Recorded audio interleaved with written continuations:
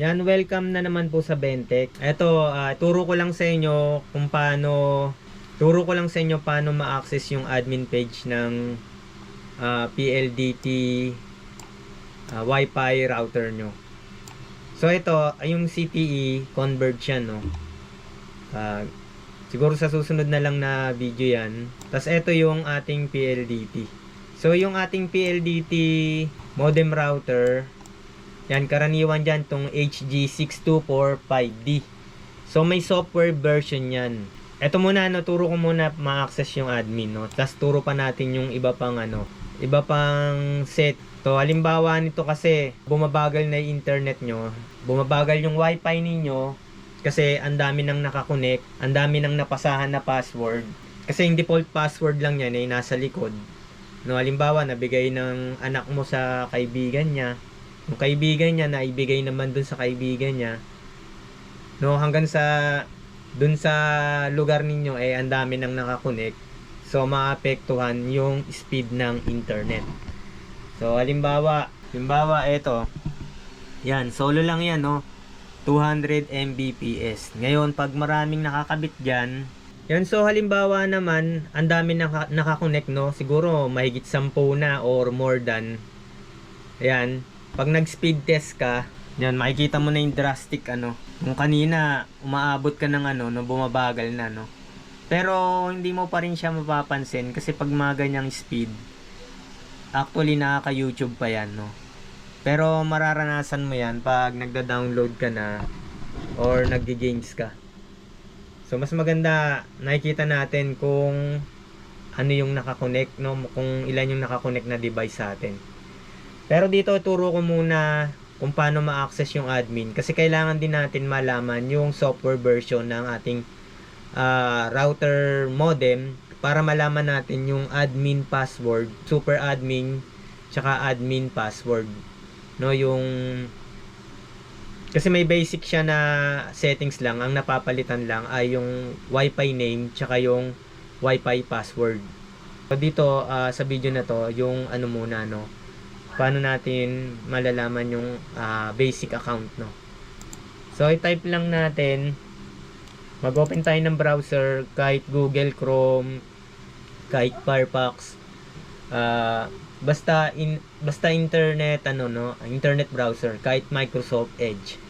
So try lang natin dito sa Google Chrome, type natin yung IP address ng router. Paano malaman, no?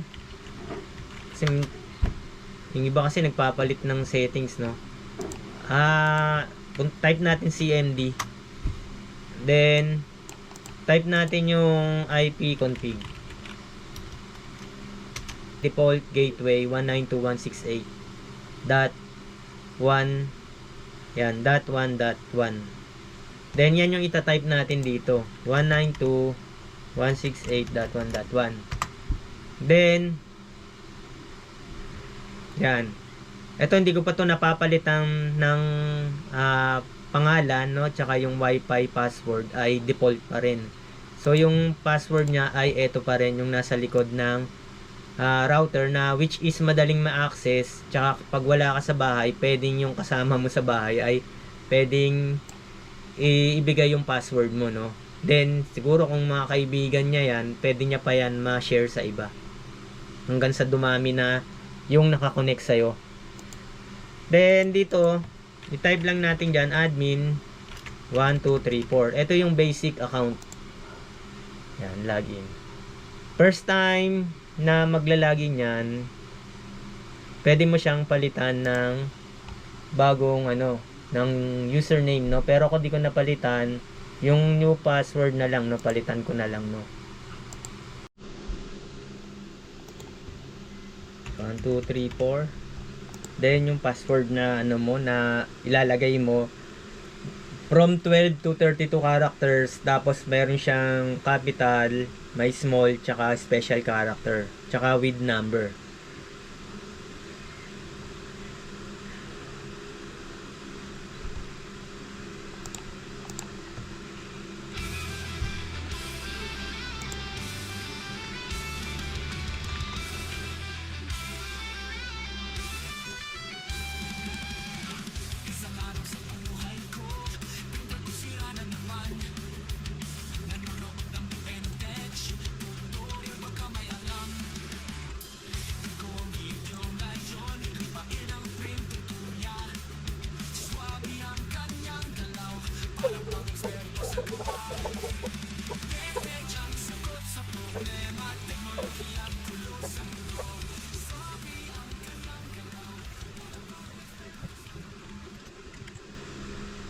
Then apply.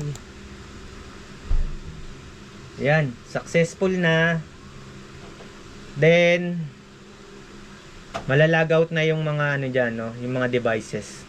Pati yung naka-connect na hindi mo alam. Pero yung mga device mo, yun, hindi na rin, i-reconnect mo na lang. Then sa susunod, itakil naman natin, no, yung para makita natin kung ano yung mga devices na naka-connect, no. Para yung ipipilter na lang natin yung device na ayaw nyong ipa-connect. Yan, back. Check natin kung magko-connect yung.